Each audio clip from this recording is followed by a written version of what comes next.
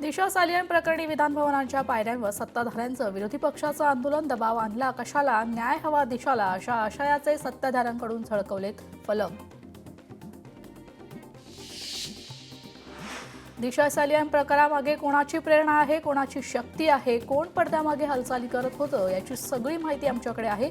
अशाच प्रकारे राजकारण तुम्ही करणार असाल तर ते राजकारण तुम्हाला लकलाप ठरो, असं संजय राऊत म्हणाले. दिशा सालियन यांच्या वडिलांनी तेव्हा सांगितलं होतं कोणी राजकारण करू नये, मात्र आता भाजपकडून राजकारण केलं जाईल असं रोहित पवारांचं वक्तव्य आहे. दिशा सालियन मृत्यू प्रकरणातला 5 वर्षानंतर आता पुन्हा चर्चेत आलंय. दिशा सालियनच्या वडिलांनी मुंबई उच्च न्यायालयात दाखल केली आहे याचिका. तर सतीश सालियन यांनी दिशाची हत्या झाल्याचा गंभीर आरोप केलाय.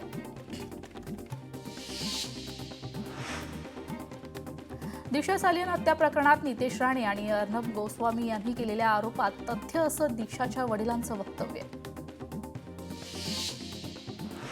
दिशा सालियन हत्या प्रकरणात किशोरी पेडणेकर आणि मुंबई पोलिसांनी आपल्यावर दबाव टाकलाय असं सतीश सालियनचा आरोप आहे.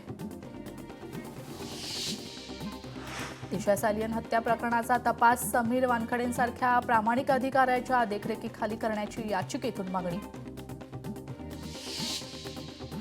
दिशा सालियनच्या वडिलांनी याचिकेत आदित्य ठाकरे, सुरोज पांचोली, दिनो मोरिया यांच्यासह मुंबई पोलिसांवर गंभीर आरोप केलेत.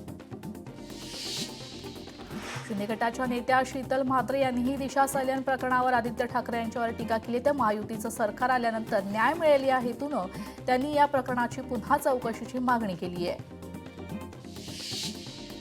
दिशा सालियनची हत्येमध्ये आदित्य ठाकरेंचा हात, नितेश राणेंचा गंभीर आरोप.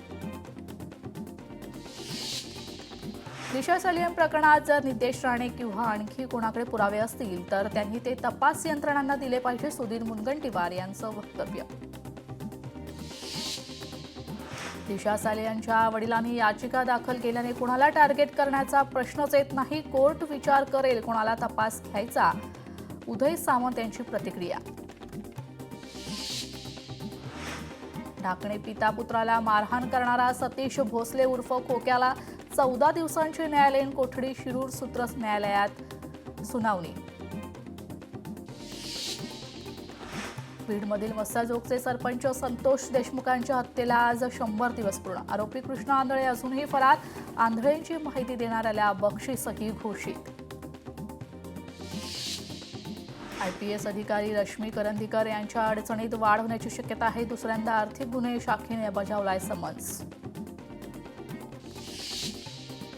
नागपूर हिंसाचार प्रकरणी बांगलादेश कनेक्शन असल्याचा संशय व्यक्त होतोय. नागपूर हिंसाचार प्रकरणी काही पोस्ट बांगलादेशातून आलेल्याची पोलिसांनी माहिती मिळाली आहे.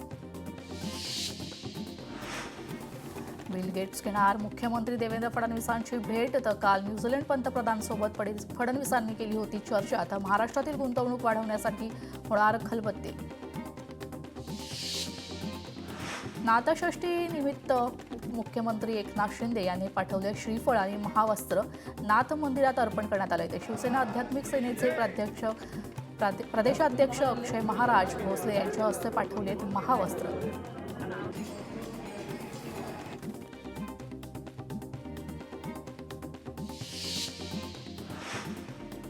महाराष्ट्र नवनिर्माण सेनेतर्फे गुदगुल्या हा हास्य कवी संमेलन संपन्न. गुदगुल्या हा हास्य कवी संमेलन अकोल्यातील रत्नम लॉन्स या ठिकाणी पार पडलंय.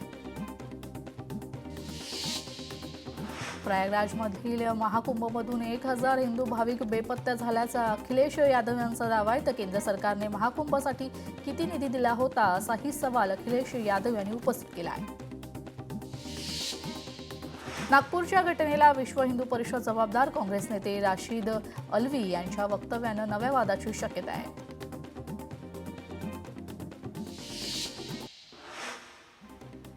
जळगावच्या एरंडोल तालुक्यातील ठाकरेंच्या शिवसेनेला मोठा धक्का. एरंडोलमधील 3 माजी नगराध्यक्ष अनेक पदाधिकाऱ्यांचा भाजपमध्ये प्रवेश. तर गिरीश महाजन यांच्या उपस्थितीत पार पडला हा पक्षप्रवेश.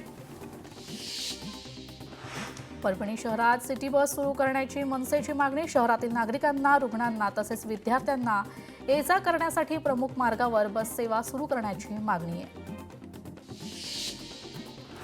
दादरचा कबूतरखाना बंद करावा, मनसेकडून पुन्हा तयारी सुरू. मनसेच्या पर्यावरण सेनेने मुंबई महानगरपालिका आणि पोलीस विभागाकडे केली आहे मागणी. तर दादरमधील रहिवाशांबरोबर चर्चा केली जाणार. विठ्ठल रुक्मिणीच्या 31 जुलैपर्यंतच्या पूजांची 25 मार्चपासून ऑनलाईन नोंदणी सुरू होणार आहे. तर घरबसल्या करता येणार पूजेची नोंदणी. चंदनोटी पूजेचा देखील समावेश असणार. आमदार महेंद्र थोरवे यांच्या मध्यस्थीनंतर माथेरानकरांनी बेमुदत बंदचा निर्णय मागे घेतलाय. पर्यटकांचे वाढते फसवणुकीचे प्रकार रोखण्याच्या मागणीसाठी माथेरान बेमुदत बंदची हाक देण्यात आली होती. जेएनपीएनला जोडणाऱ्या 6 पदरी महामार्गाला मंजुरी. 29.21 किलोमीटरचा हा मार्ग असून त्यासाठी 4,500 कोटी रुपयांचा खर्च येणार. सोन्या चांदीच्या भावात तेजी. चांदीचा भाव 1 लाख प्रति किलो तर 10 ग्रॅम सोन्याचा भाव 90,000 रुपये. विरार अलिबाग कॉरिडॉरचा मार्ग मोकळा आहे. तर कॉरिडॉरचा पहिला टप्पा 96 किलोमीटरचा आहे. परवानग्यांसाठी आवश्यक कागदपत्रांची पूर्तता पूर्ण.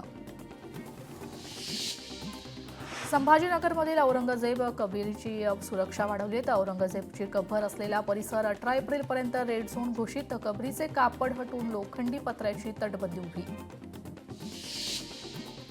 संभाजीनगरमध्ये औरंगजेबाच्या कबर वाद पार्श्वभूमीवर 4 जणांना जिल्हाबंदी. परिस्थिती नियंत्रणात ठेवण्यासाठी हिंदुत्ववादी नेत्यांना जिल्हाबंदी करण्यात आली आहे.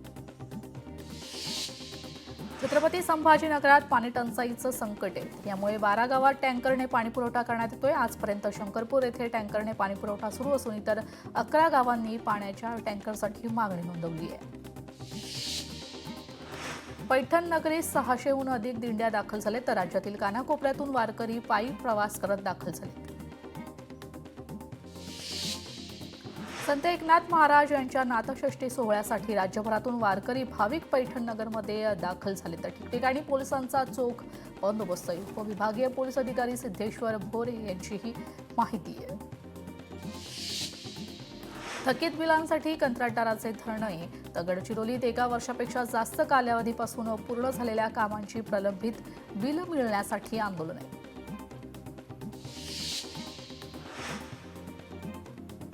धुळे महाजन हायस्कूल ते कुंडाणे परिवहन महामंडळाची बस येण्यास उशीर झाला. यामुळे विद्यार्थ्यांना 7 किलोमीटर करावी लागतीये पायपीट. अग्निशमन दलाकडून नदीमध्ये अडकलेल्या एका तरुणाला जीवदान. मुंढवा पुलाखाली नदीच्या मध्यभागी तरुण अडकला होता. बदलापुरात मालमत्ता कर थकबाकी दराचे ठिकठिकाणी बॅनर लागले. तर बदलापूर पालिकेची कर वसुली करण्यासाठी नवी शक्कल. परदेशात जाण्यासाठी मानवाधिकार कार्यकर्ते आणि लेखक तेलतुंबडे यांचा उच्च न्यायालयाकडे अर्ज. तर नेदरलँड्स आणि इंग्लंडमधून कार्यक्रमासाठी तेलतुंबडेंना निमंत्रण. गोंदिया जिल्ह्यात 3 दिवसीय कृषी महोत्सवाचे आयोजन. कृषी महोत्सवात 150 स्टॉल लावण्यात येणार असणार. तर कृषी महोत्सवाच्या माध्यमातून लाखो रुपयांची उलाढाल होणार. लोकशाही मराठी ऐका, पहा, जागरूक रहा.